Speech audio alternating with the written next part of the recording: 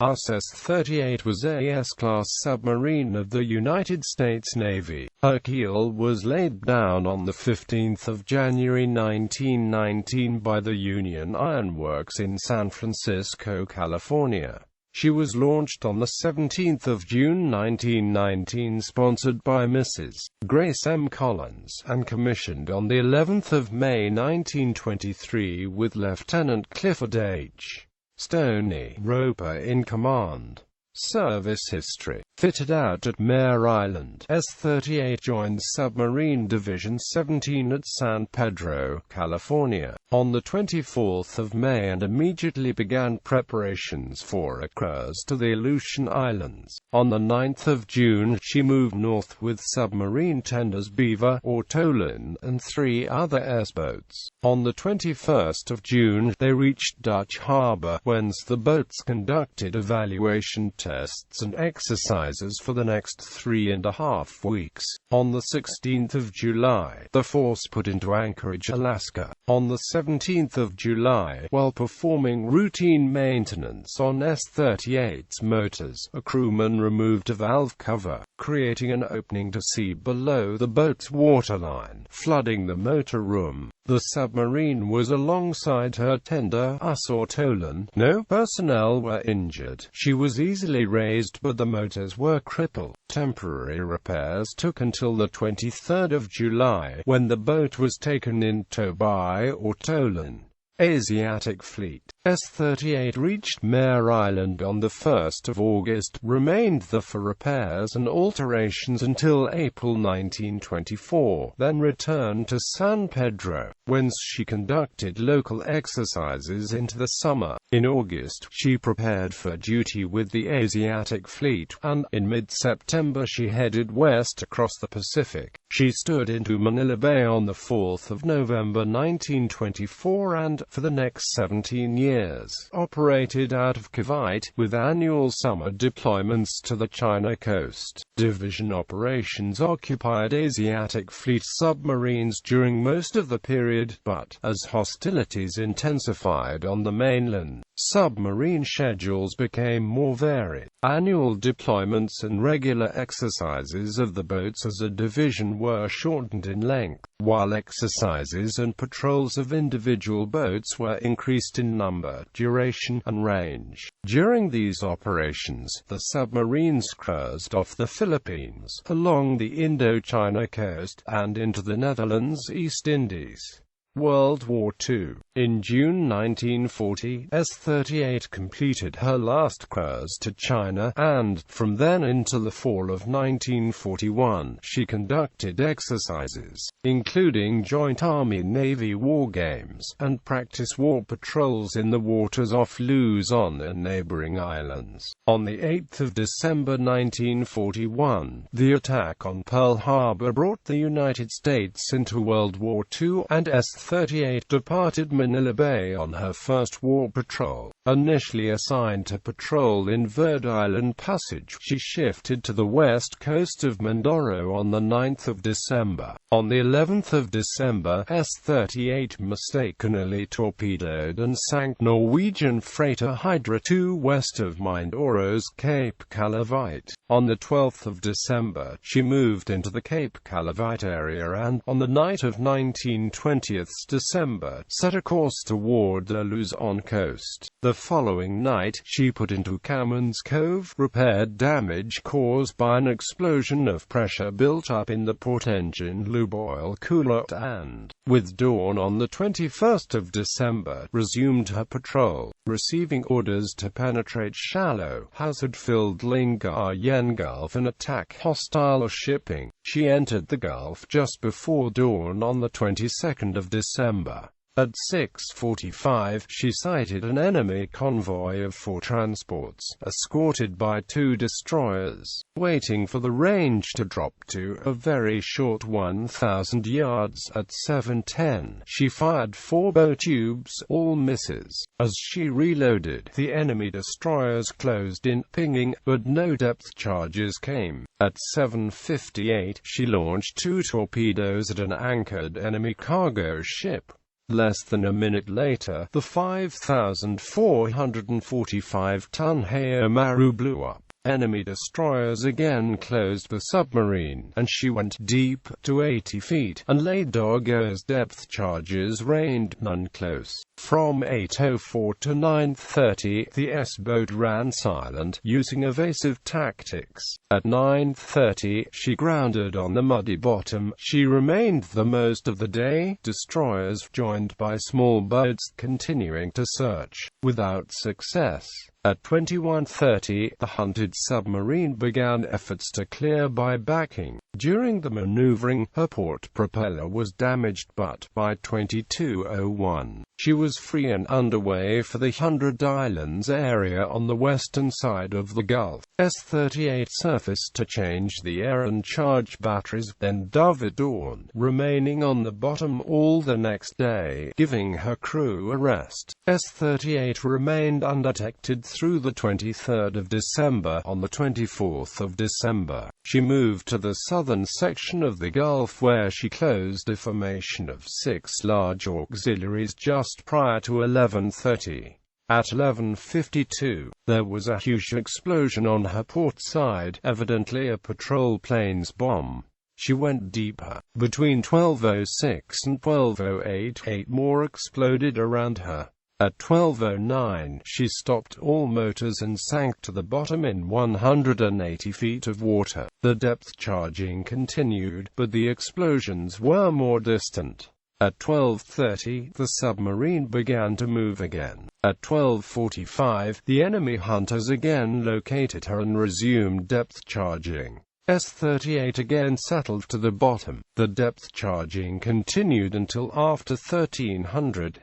The search continued until after 1800. At 1842, the submarine got underway, heading back to the 100 Islands area. At 22:35, she surfaced to recharge her batteries. 5 minutes later, her improperly vented after battery exploded. At 23:04, she went ahead on her starboard engine, making her way out of Lingayen Gulf. Soon after 2 o'clock on the 25th of December, she sighted 2 enemy destroyers, but remained undetected. At 3:46, however, she sighted a third, which sighted her. S-38 submerged. The destroyer closed the submarine's last surface position and, at 3:50, commenced depth charging. For then until after 9 o'clock, the submarine evaded the destroyer, using her one quiet propeller. She then grounded on a steep bank at 85 feet. For the next 2 hours, the destroyer circled. S-38 slid down to 200 feet, used her motor to bring herself up, then repeated the maneuver. The destroyer moved off and, at 12:35, the S-boat got underway for Manila. An hour later, she grounded, but only briefly, and, at 21:45 on the 26th of December she entered the outer minefield at the entrance to Manila Bay. Cavite had now become untenable, and S-38 was ordered to Soera Baja after repairs. S-38 was to operate with other Allied forces attempting to stem the Japanese thrust into the East Indies. On the 14th of January 1942, the submarine arrived at the Dutch base on the north coast of Java. On the 15th of January, the ABDA command was officially established. On the 24th of January, the Japanese reached Balikpapan. On the 25th of January, S-38, hurriedly repaired, departed Soera Baja to patrol in Makassar Strait off Balikpapan. During the next 2 weeks, S-38 underwent 2 severe depth charge attacks. On the 7th of February, she penetrated close to Balikpapan to examine shipping in the harbor, activity along the coast road, and new defenses in the area. On the 8th of February, she resumed offensive operations, but poor weather hindered success. On the 9th of February, the Japanese moved on Makassar City, and S-38 was ordered to patrol off Cape William on the Celebes side of the strait, where she remained until the 12th of February.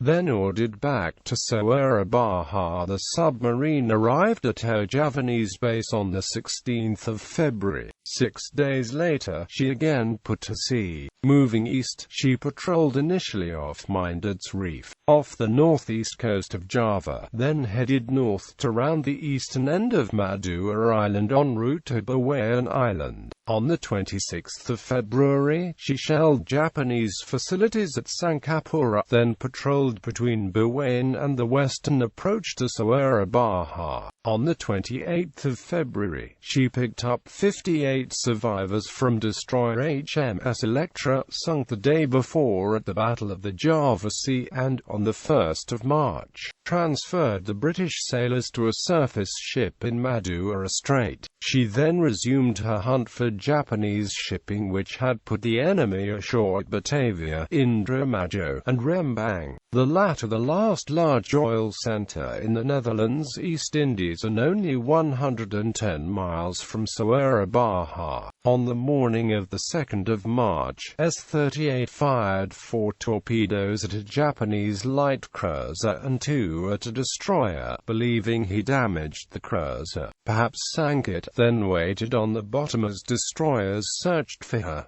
In mid-afternoon, she moved out of the immediate area. That evening, she unsuccessfully attacked another enemy warship and, although damaged, survived another hunt by hiding beneath a halocline. On the 3rd of March, she was ordered to Western Australia. S-38 transited the Whirlpool and Rapids area at the lower end of Lombok Strait on the 5th of March. On the 13th of March she arrived at Fremantle, and, at the end of the month, proceeded to Brisbane to join other Asiatic Fleet S-boats in forming the nucleus of TF-42 and to prepare for operations in the New Guinea Bismarck Archipelago Solomon Islands area. During March and April, enemy air raids against Port Moresby intensified in preparation to move into Papua from northeast New Guinea. On the 28th of April, S-38 cleared Moreton Bay and headed north to patrol the Papuan coast. In mid-May, she shifted to Jomard Passage, where she remained unable to communicate with Brisbane until the night of the 18th of May. She then set a course for the Queensland coast. On the 20th of May, she passed debris believed to be a result of the Battle of the Coral Sea, and at night she successfully transmitted a message to Brisbane.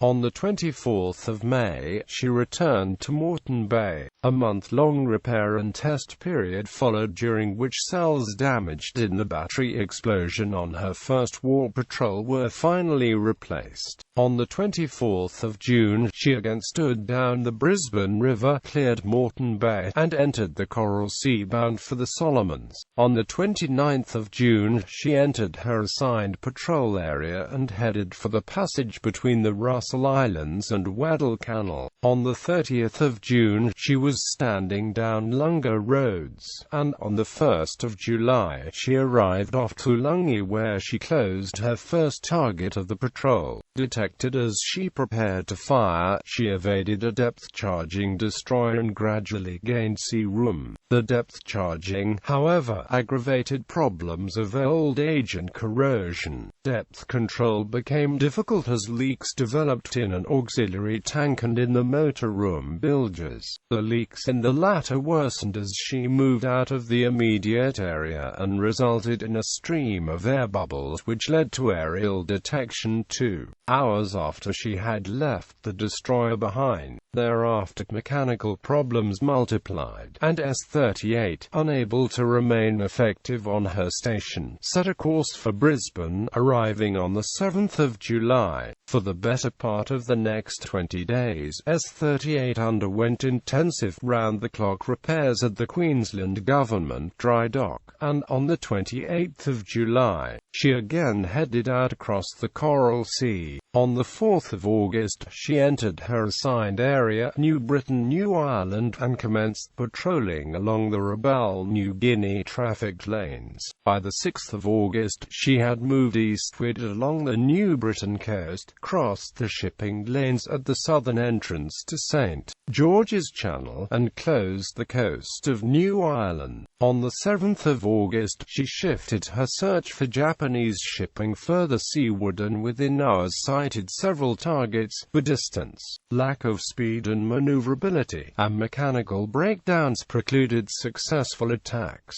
On the 8th of August, however, approximately 8 miles south of Cape St. George, she sighted a transport escorted by a destroyer and approaching so as to pass close ahead. At 23:09, S-38 rigged for depth charging and prepared to fire. At 23:24, she fired 2 torpedoes at the transport. Less than a minute later, both exploded on target.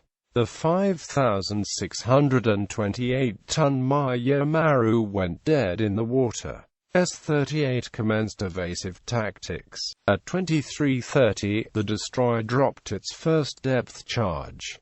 At 23:32, Maya Maru began breaking up, and at 23:39, S-38 headed south. The sunken transport's escort continued searching, but by 1:45 on the 9th of August, S-38 had moved out of the area and all sounds of the search had faded behind her. On the night of 9/10 August, the S-boat returned to the traffic lanes 8 miles off the southwest coast of New Ireland, where she continued her hunting until the 12th of August. She then moved westward, returning to the southeastern coast of New Britain to attempt to intercept traffic between Rabaul and New Guinea. On the 15th of August, she headed for Australia and reached Brisbane a week later. Fleet submarines were now ranging the Pacific, and the S-boats were being ordered back to the United States for modernization overhauls. On the 21st of September, S-38, carrying only 4 torpedoes to avoid depleting the supply at Brisbane, departed Australia for the United States. Ordered to reconnoitre several of the Gilbert Islands en route, she fueled and took on lube oil and provisions at Noumea on 25 and the 26th of September, then moved toward the Gilberts. On the 30th of September, she altered her course and headed for Onuda in the Santa Cruz Islands, where she transferred an acute appendicitis case to a Navy PBY Catalina on 1 October, then resumed her original mission. On the 5th of October, she was in the Gilberts and 2 days later was off to Roa, where she attempted to sink a tanker as it emerged from the lagoon. The fish, however, exploded on the reef and S-38 was forced to clear the area as the Japanese sent both aerial and surface anti-submarine forces into the action. By midnight, the submarine was patrolling the Macon-Tarawa traffic lane, and on the 10th of October, she completed her reconnaissance mission at Macon and headed for Pearl Harbor. From Hawaii, S-38 went to San Diego, California, arriving on the 6th of November. Overhaul followed. Her engines, motors, and all auxiliary equipment were removed and completely overhauled. The superstructure was modified to reduce her silhouette. Air conditioning and new radar, sound, and radio equipment were installed, and a 4-inch, 50-caliber gun replaced her 3-inch. On the 13th of April 1943, she completed overhaul, and on the 15th of April, she sailed west. The next day, she began suffering mechanical breakdowns again, and on the 29th of April, she arrived at Pearl Harbor. Repairs took her into June. Tests followed, and on the 26th of June, she again moved west to the Marshall Islands, where she conducted her last war patrol which, although scoreless and plagued by mechanical failures, was successful in gaining photographs of Japanese activity on future target islands. On the 22nd of July, she set a course for the New Hebrides, and on the 27th of July, she arrived at Espiritu Santo to commence anti-submarine warfare training duties. With only 2 interruptions, she remained in the New Hebrides, New Caledonia area on that duty into the summer of 1944. On the 27th of August of that year, she departed Espiritu Santo for California, and, on the 7th of September, she arrived at San Diego. The following month, she was ordered and activated. Fate S-38 was decommissioned on the 14th of December 1944, struck from the Naval Vessel Register on the 20th of January 1945, and expended as a target by aerial bombing on the 20th of February 1945. Awards: Jiangxi Service Medal, China Service Medal, American Defense Service Medal, Asiatic Pacific Campaign Medal with 3 battle stars, World War II Victory Medal. In popular culture, the S-38 is the subject of an episode of the syndicated television anthology series, The Silent Service, which aired during the 1957-1958 season.